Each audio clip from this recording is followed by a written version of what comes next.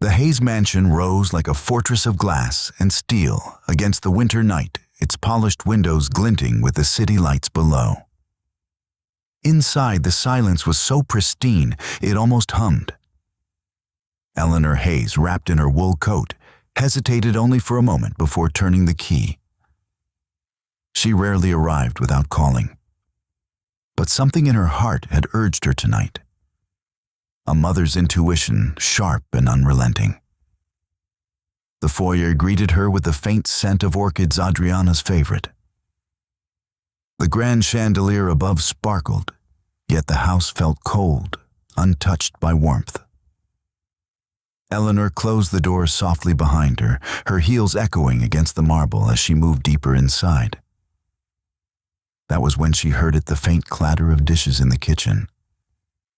She expected laughter, perhaps her son's deep voice carried through the halls, or Adriana humming one of her practiced tunes. Instead, she heard only a low, hurried whisper. Eleanor's brows furrowed. She stepped quietly across the Persian rug and into the archway leading to the kitchen. There, under the glow of the pendant lights, stood Adriana Hayes. Her silk dress shimmered faintly as she leaned over the counter, one manicured hand holding a small glass vial. With calculated precision, she poured its contents into a simmering pot on the stove. Eleanor froze her breath, catching. The clear liquid disappeared instantly, leaving no trace but a faint, acrid scent. Adriana stirred quickly, glancing over her shoulder as if expecting someone to enter. Then, with a satisfied smirk, she ladled the soup into a porcelain bowl and set it on a silver tray. Her words were a whisper, but Eleanor caught them. "Sleep well, darling. It will all be over soon." Eleanor's hand tightened around the doorframe. The deadly secret hung in the air like smoke. Footsteps sounded from the staircase above. Michael Hayes, her son, and the man who had built an empire from nothing, whose genius had made him a billionaire before. 35 descended his face, tired but hopeful. He smiled faintly at the sight of the tray waiting for him. "Dinner?" he asked, his voice warm, unaware. Adriana turned her expression instantly sweet, masking the venom Eleanor had just witnessed. "Of course, my love. Just the way you like it." Eleanor's pulse thundered in her ears. She wanted to shout, to knock the tray from Adriana's hands, to drag her son out of the house immediately. But she forced herself, still hidden in the shadows of the archway. The grandfather clock in the hall chimed, once its heavy tick echoing like a warning. Time slowed, every second stretching unbearably. What do I do? Eleanor thought. To burst in now would be to reveal herself, perhaps without proof. Adriana was cunning, a master of facades. If Eleanor accused her without evidence, Michael might defend his wife, blinded by love. So she waited. Watched, memorized every detail, the vial, the motion of Adriana's hand, and the whispered words.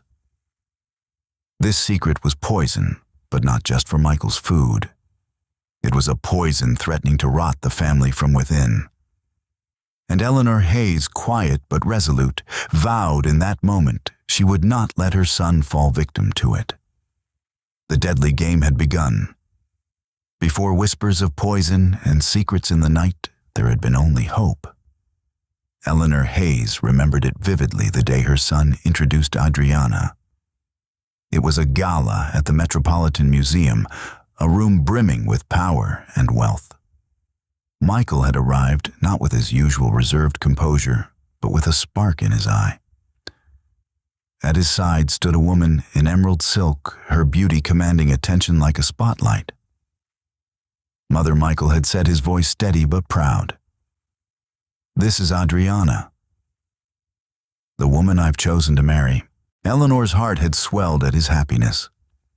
Michael was her only child, the boy she had raised alone after her husband's untimely death. She had watched him build an empire from late nights and early mornings, his genius propelling him into the ranks of the world's youngest billionaires. He rarely smiled, too consumed by work. Yet here with Adriana, he glowed.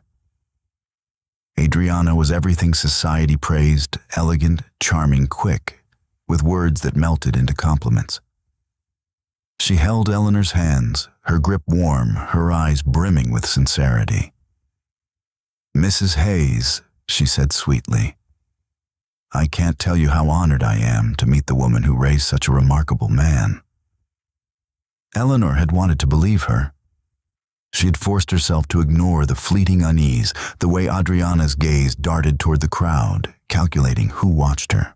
The months that followed painted a picture of perfection.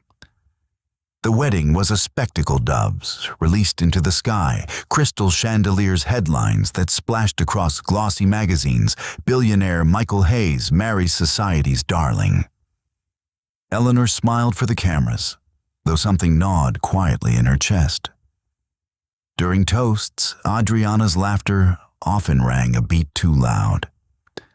When Michael spoke of building a future together, Adriana's hand tightened on his arm, her eyes flickering with a hunger Eleanor couldn't quite name.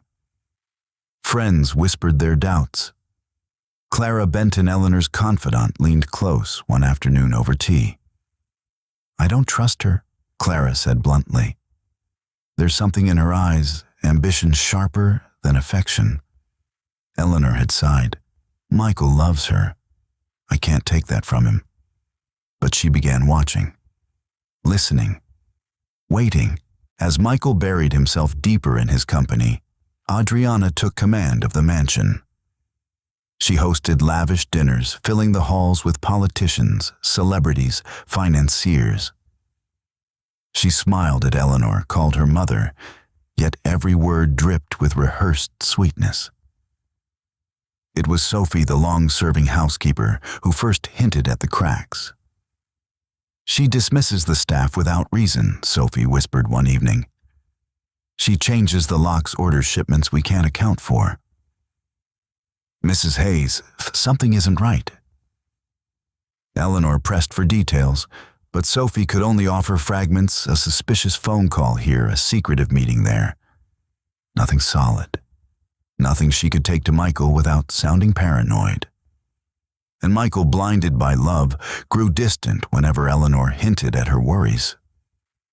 "She's my wife, Mother," he said once, his tone sharp. "She deserves your trust." Eleanor had swallowed her doubts, nodding quietly.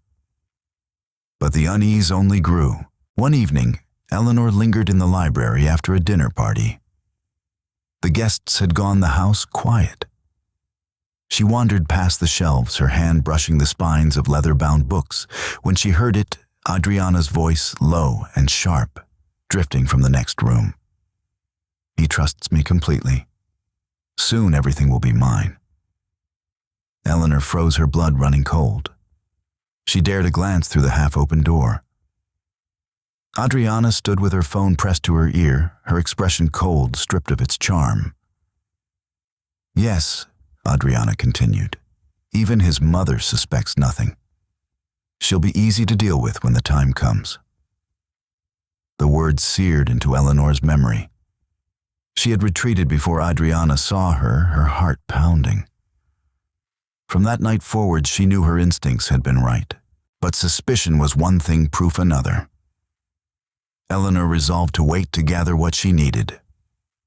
And then, on that winter evening, fate handed her the truth. She had walked into her son's home unannounced and seen with her own eyes the vial, the poison, the whispered promise. The woman Michael adored was not a wife, not a partner, but a predator. And Eleanor Hayes, once silent and cautious, understood at last the time for waiting was over. The morning after witnessing Adriana's crime, Eleanor Hayes awoke with the weight of knowledge pressing on her chest. The ticking of the grandfather clock in the hallway seemed louder than ever, each beat reminding her, he is in danger. You must act. But acting rashly would ruin everything. Michael's love for Adriana was fierce, blinding. Eleanor had seen it in his eyes, the way he defended his wife, dismissed every whisper of doubt. If she stormed in with accusations, he would side with Adriana, and Eleanor would be painted as a bitter, overprotective mother. No, this battle required patience. Strategy.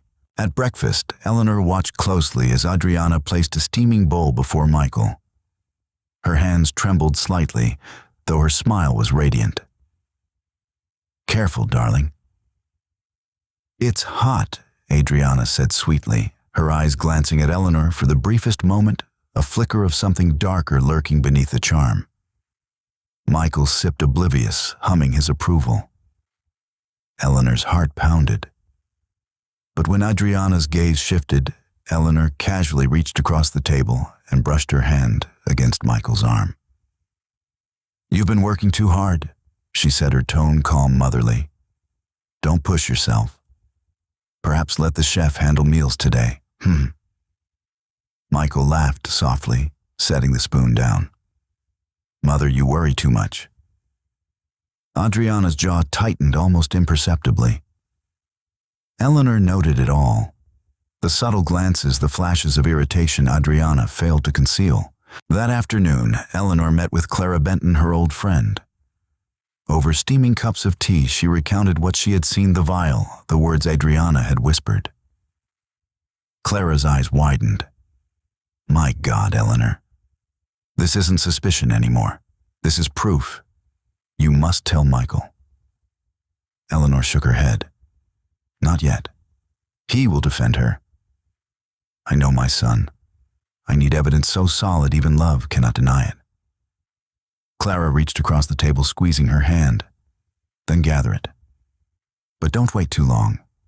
Poison doesn't forgive hesitation." That night, Eleanor sought out Sophie Lee, the long-serving housekeeper. Sophie's loyalty to the Hayes family had never wavered. In the dim servants' quarters, Eleanor spoke in hushed tones. "Sophie, I need your eyes and ears. Watch Adriana. Discreetly. Any vial, any strange delivery, any whispered word, I want to know." Sophie swallowed hard, her face pale.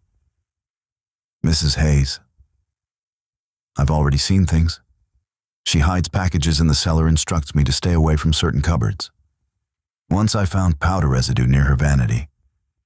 When she caught me, she smiled and said it was vitamins. But..." Sophie hesitated, voice trembling. I didn't believe her. Eleanor's expression hardened. "Then it begins tonight. Quietly.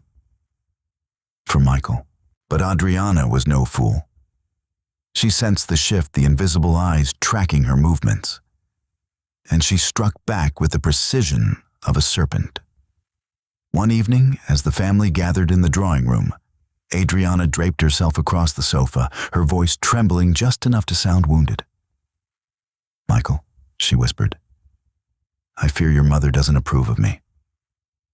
I've tried so hard to win her affection, but she watches me with suspicion. It breaks my heart." Michael turned to Eleanor, frowning. "Mother, is this true? Have you been cold to Adriana?" Eleanor met Adriana's tearful gaze, noting the crocodile shine in her eyes. She forced a serene smile. "If I seem cautious, it is only because I've lived long enough to know appearances can deceive. But rest assured, Adriana, I want what's best for my son." Adriana lowered her gaze demurely, but Eleanor caught the glint of triumph in her eyes. She had planted the seed of doubt. The conflict grew sharper.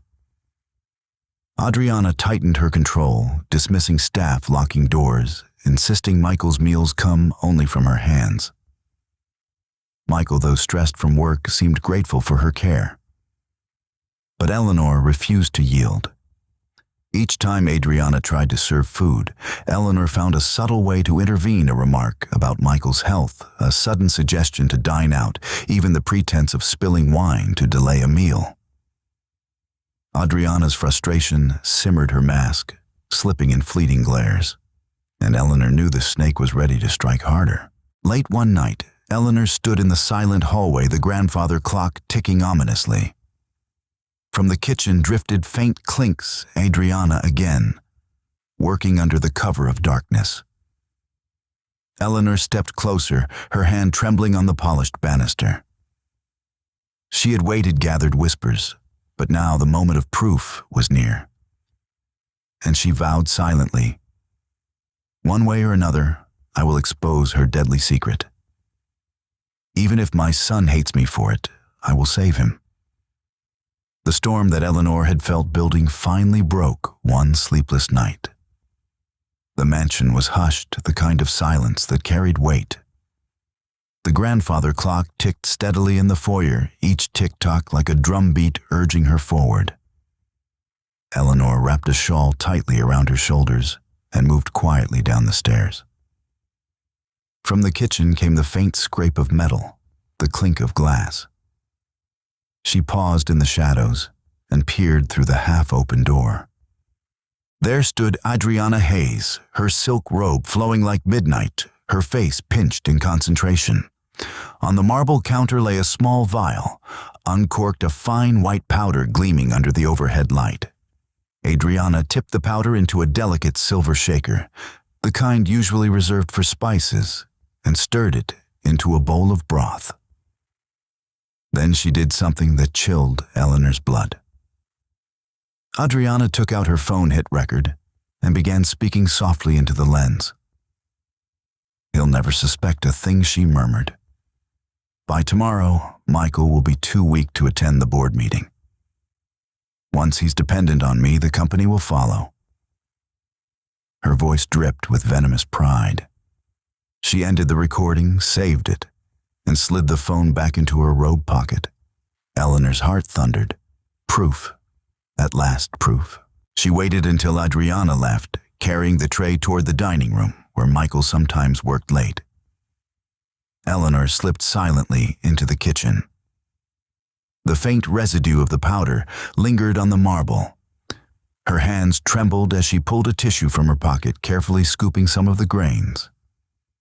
She sealed it in a small plastic bag she had tucked away, just for this moment. Then her gaze shifted to the phone Adriana had left charging on the counter. It buzzed with a new message, the screen lighting briefly. Eleanor recognized the name instantly. Clara Benton had been right all along. The message was from Adriana's cousin, Cynthia. "Remember, once he's out of the way, it's yours. Don't hesitate." Eleanor swallowed hard. This was no paranoia. It was conspiracy. The next morning, she met with Clara Hughes, the family's attorney. In Clara's downtown office, Eleanor placed the plastic bag and her notes onto the desk. "This is dangerous territory," Clara warned, her eyes narrowing as she examined the evidence. "But with this sample, and if we can retrieve that recording, we'll have enough to bring her down." Eleanor clasped her hands tightly. "She's killing him slowly, Clara.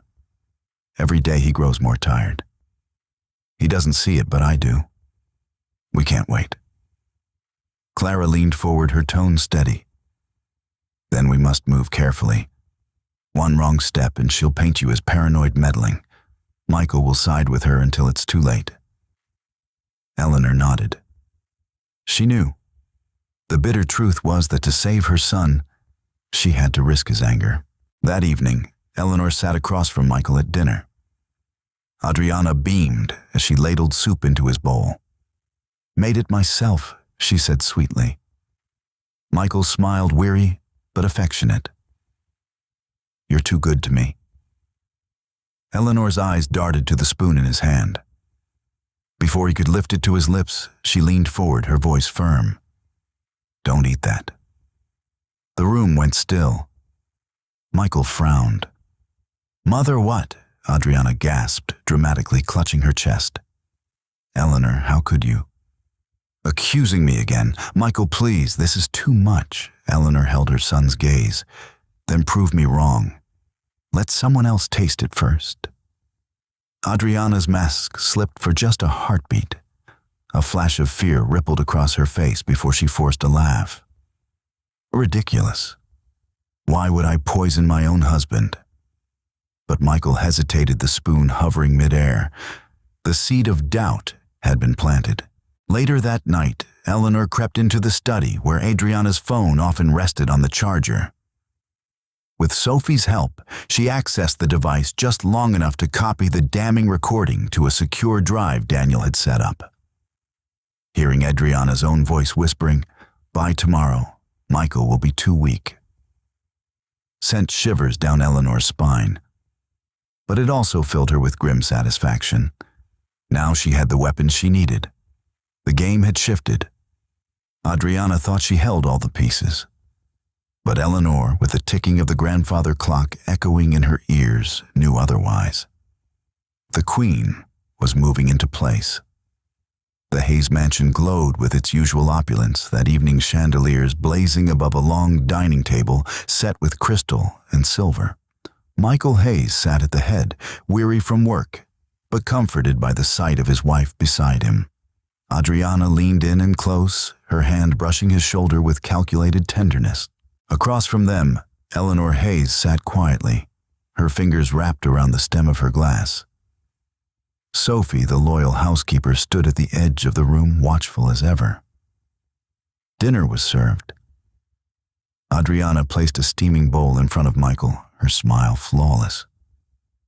"Just the way you like it," she purred. Michael lifted the spoon, but before he could taste it, Eleanor's voice rang out, calm, firm, but carrying an unmistakable weight. "Stop." The spoon froze midair. Adriana's smile faltered. Michael looked at his mother, confusion in his eyes. Mother Eleanor rose slowly, her movements deliberate, and placed a small flash drive on the table. "Because before you take another bite prepared by your wife, you need to hear the truth." Adriana's eyes widened. Her mask slipped for a fraction of a second before she regained her composure. "This is absurd," she said quickly, her voice trembling just enough to sound convincing. "She's been against me since the beginning, Michael. Please don't let her poison you against me." Eleanor's lips curved into something between sorrow and resolve. "No, Adriana. The poison is already in this house, and it isn't me." Michael's brow furrowed. He looked between them, torn. "What are you talking about?" Eleanor nodded toward Sophie. At her signal, Sophie dimmed the lights and plugged the flash drive into the screen mounted on the wall. A voice filled the room. Adriana's voice. Clear, cold, undeniable. He'll never suspect a thing. "By tomorrow, Michael will be too weak to attend the board meeting. Once he's dependent on me, the company will follow." The words cut through the silence like knives. Michael's spoon clattered to the table. His eyes widened, his face draining of color. Adriana shot to her feet. "That's doctored, it's fake. She's trying to destroy me." But the fear in her voice betrayed her. Eleanor stepped forward, her tone sharp as glass. "Doctored. Shall we test the powder I found in your vial as well? The same powder Sophie and I collected from the kitchen counter after you thought no one was watching." Sophie nodded, stepping forward with the sealed evidence bag. Adriana's hands trembled. Michael turned to his wife, his voice hoarse. "Adriana." "Is it true?" Adriana's facade crumbled. "Michael, listen, everything I did was for us. You're too trusting, too blind to how the world works. I needed to protect what's ours. Protect." Michael's voice rose, shaking with disbelief and rage. "By poisoning me, by plotting to take my company." Tears streamed down Adriana's cheeks, but they were hollow, desperate. "I love you, Michael. I only wanted power because I knew I deserved it too. Don't let her turn you against me." Eleanor's hand rested on her son's arm, grounding him. "Love doesn't destroy, Michael. It doesn't kill. What she's done isn't love, it's greed." Michael staggered back from the table, his gaze fixed on Adriana, as though seeing her for the first time. "Get out," he said, his voice cold. Adriana froze. "What I said, get out?" His roar echoed through the dining hall, shaking the very chandelier above. "Before I call the police myself." For a moment, Adriana's face twisted with fury, her mask shattered completely. She spat venomously at Eleanor. "This isn't over. You think you've won, old woman, but you've only delayed the inevitable." Then she fled, her heels clicking against the marble like a retreating drumbeat. Silence fell. Michael sank into his chair, burying his face in his hands. "I was blind. So blind." Eleanor knelt beside him, her voice soft but resolute. "You weren't blind, my son. You were trusting. And trust is not weakness, it is strength. But some people only see it as a weapon to exploit. She was one of them." Michael looked at her, tears brimming in his eyes. "You saved me." Eleanor smiled, faintly brushing his cheek as she had when he was a boy. A mother always does. The grandfather clock chimed, each tick echoing in the hall like a verdict. The deadly secret had been exposed. But Eleanor knew this was not the end, only the climax of a story still unraveling. For Adriana was not a woman who accepted defeat easily. Weeks passed since the night Adriana's mask shattered. The tabloids had a feast. Billionaire's wife exposed for poison plot. Michael Hayes saved by mother's intervention. Adriana vanished from the mansion in disgrace. For days, paparazzi trailed her as she stumbled from hotel to hotel, her designer gowns exchanged for crumpled coats, her hair unkempt.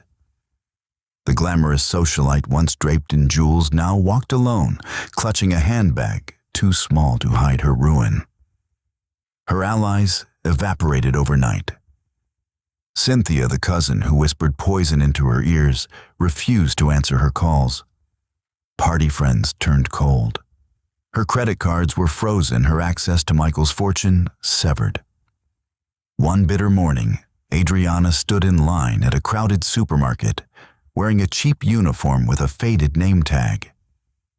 The woman who once ordered maids around now stacked shelves and bagged groceries, her eyes hollow as customers ignored her. The whispers of co-workers stung more than exhaustion. "Isn't that the billionaire's wife? I heard she tried to kill him." Adriana clenched her jaw, pretending not to hear. Each word was a reminder that she had fallen from marble staircases into linoleum aisles. Meanwhile, at the Hayes mansion, Michael tried to rebuild. But the betrayal had left scars. He worked late, his once bright spirit dimmed. Eleanor remained by his side, a steady presence, reminding him with quiet strength that wounds heal, even the deepest ones. One evening, Sophie returned from the market carrying a bag of supplies. She hesitated before speaking. "Mrs. Hayes." "I saw her," Sophie murmured. "Adriana. She was working there. She looked broken." Eleanor felt a pang she hadn't expected. Adriana had been a snake, yes, but once she had also been a frightened young woman lost in ambition. Eleanor's heart warred between justice and compassion. A week later, Eleanor decided. She visited the supermarket herself. There, in the fluorescent-lit aisle, she found Adriana kneeling to stock cans, her hands raw, her once perfect nails chipped. Adriana froze when she saw her, her face twisting with shame, then defiance. "What are you doing here?" Adriana hissed, her voice low but trembling. "Come to gloat." "To see me crawling?" Eleanor's gaze was steady. "No. I came to see if there is anything left of the woman my son once loved. The woman I once tried to welcome into my family." Adriana laughed bitterly, though it cracked at the edges. "That woman is dead. You killed her the night you exposed me." "No," Eleanor said softly, her voice cutting through the bitterness. "You killed her yourself when greed mattered more than love." Adriana's eyes shimmered, the facade of venom faltering. For a heartbeat, Eleanor saw not a villain, but a broken soul trapped by her own ambition. Later that evening, Eleanor confided in Clara Benton. She deserves nothing from us. And yet, part of me wonders if leaving her in the gutter is justice or cruelty. Clara's reply was firm. Justice isn't revenge, Eleanor. It's truth. And sometimes truth means letting people face the weight of their choices. But forgiveness, that's for you, not her. It frees your heart, not hers. Eleanor pondered the words long into the night, the grandfather clock ticking steadily, each sound reminding her that time reveals all. Days later, Adriana received an envelope slipped into her locker at work. Inside was a note written in Eleanor's careful hand. You chose destruction, but you can still choose redemption. Do better with what time you have left. For Michael's sake and your own. Adriana held the note in trembling hands, tears smudging the ink. For the first time since her fall, she whispered not venom, but a prayer. The deadly wife had become the humbled outcast. And Eleanor, though scarred by betrayal, had planted a seed not of reconciliation, but of possibility. Because even in ruin, the chance for redemption flickered like a small, stubborn flame. Spring sunlight streamed through the Hayes mansion, filling the once cold rooms with warmth. The heavy air of suspicion and betrayal had lifted. For the first time in months, Eleanor Hayes sat in the drawing room without feeling the gnawing weight of dread. Across the hall, she could hear her son Michael laughing, a sound she had missed. He sat in the garden with Sophie, the housekeeper, who had become more like family, and they spoke about redesigning the home into a space less about grandeur and more about life. The wounds from Adriana's betrayal lingered, but they no longer defined him. He worked again with renewed focus, surrounding himself with people he trusted. And though he carried scars, there was peace in his eyes, a peace Eleanor had prayed for. One evening, Eleanor found herself alone in the grand hallway. The tick-tock of the grandfather clock filled the silence. She stood before it, running her fingers over its polished wood, remembering every moment it had marked the night she discovered the vial, the night she confronted Adriana, the moment Michael's heart nearly shattered. Each tick was a reminder. Time unmasks all secrets. No poison, no lie, no mask could outlast it. Her lips curved into a soft smile. You were right to keep going, she whispered to herself. Patience is the sharpest blade. In the weeks that followed, Eleanor started something new. With Clara Benton's encouragement, she founded a small charitable trust, one dedicated to helping women who had been consumed by greed or desperation find new paths. She named it the Hayes Foundation for Renewal. It wasn't about forgiving Adriana, not exactly, but about turning pain into purpose. Michael supported her wholeheartedly. You always taught me, Mother, he said one evening, that wealth without compassion is just an empty shell. Now I understand. Eleanor clasped his hand, her voice steady.